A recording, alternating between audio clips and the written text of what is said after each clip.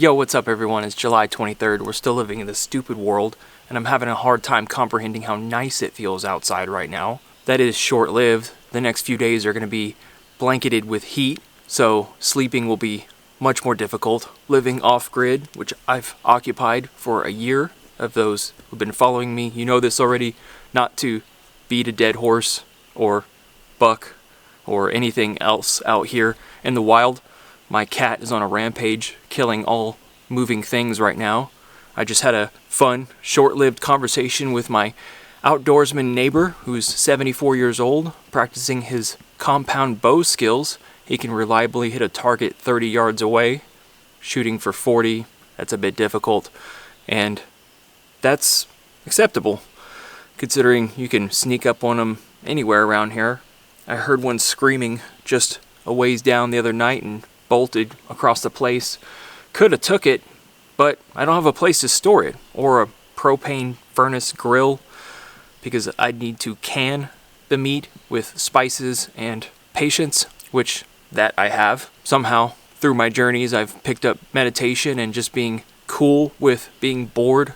Many can't even handle being by themselves, so that's saying something. So these are my thoughts about living off-grid for a year, some things that I was unprepared for. I have running water, septic, and a wood stove, not connected to the grid. I just now got solar 2 months ago, and I had been preparing mentally for years, the universe, shall I say, for the emotional roller coaster of feelings that surface when you have such tremendous time alone and having to conquer yourself, essentially. Remain calm, ride the wave of chemicals, and you can only control your reaction to things. I agree with Joaquin Phoenix in that interview he did with Theo Vaughn recently. I didn't watch the whole thing, but could be me someday, having a podcast, getting back to the city. Gives me far too much anxiety now. Been there, done that, got a t-shirt. I've lived it up in the metroplex of Dallas-Fort Worth. I keep repeating that lately, not to sound like a dead horse or beating one. Such a cruel phrase.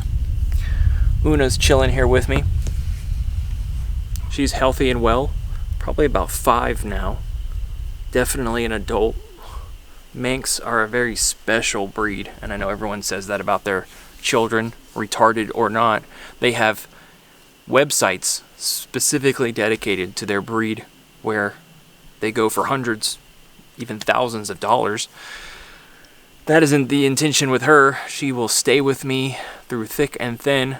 She's the symbolic hourglass reference to the collapse unfolding before our eyes. What I mean is, when she goes, the world goes. I essentially tie the lifeline of her to our end. That could change, of course. She could get some disease living out here in the wild. I try to get her a checkup as often as I can. So,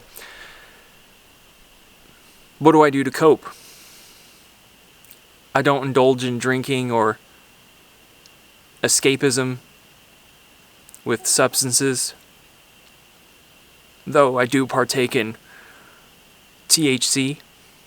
I think it's a therapeutic substance. I understand it's not for all, and there's times that it isn't even fitting for me in what predicament I'm in.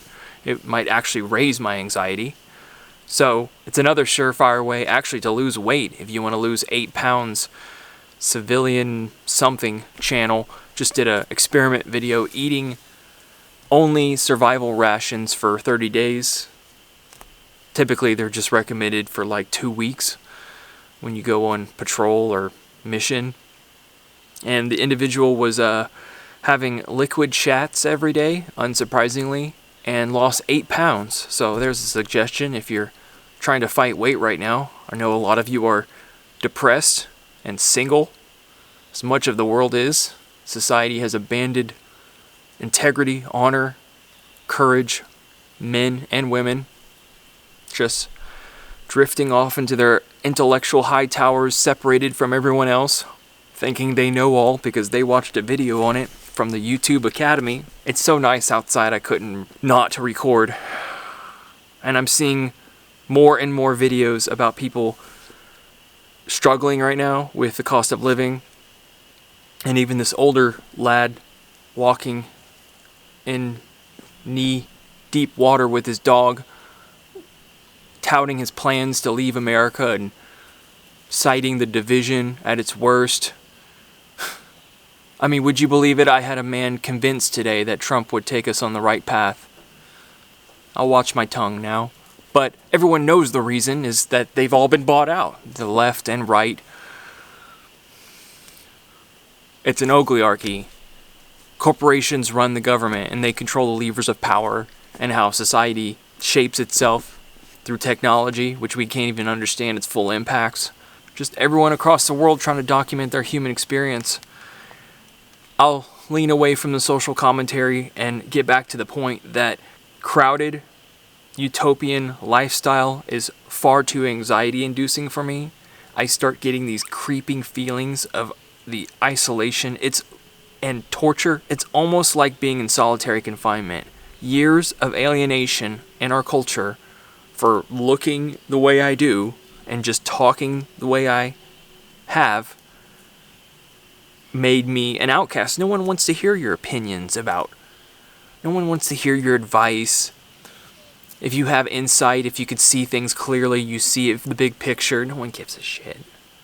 We're programmed to be survival mechanisms, to just shit out our gene into the next pool of the elite club that you have to pay for, to get your diploma, which is not even proving worth it now. So the American dream is toast. Okay, that was a point that I didn't make on my last videos. Like, the American dream is fucking dead.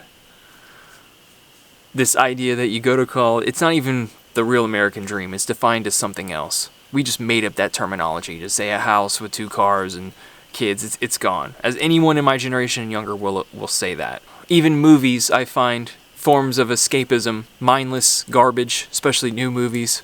If I watch something, it's with intentional purpose that I want to get something out of it. Or I know I'm going to watch it as a popcorn movie, like the new Fantastic Four coming out this Friday. Aren't you excited for a new Marvel movie? Is it about that time? Please.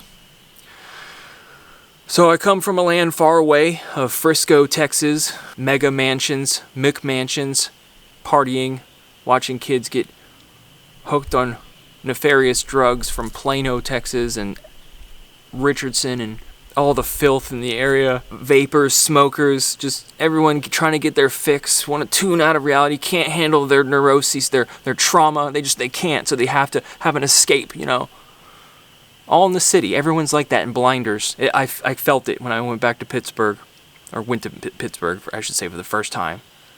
People deliberately put up blinders, and they find forms of escapism, so they just, because the reality is so fucking harsh and unbelievable that they're living in this very unhuman scenario. We're cooked. Someone asked me if I was ever gonna find a intimate relationship or get married again. I was like, no, I think we're too far gone for that. There's no advantage at this point. Okay, I'm gonna lay down, muster the energy to doing life every day alone. Has its challenges and tremendous benefits. The benefits outweigh. Life is suffering regardless. I agree with the Buddha.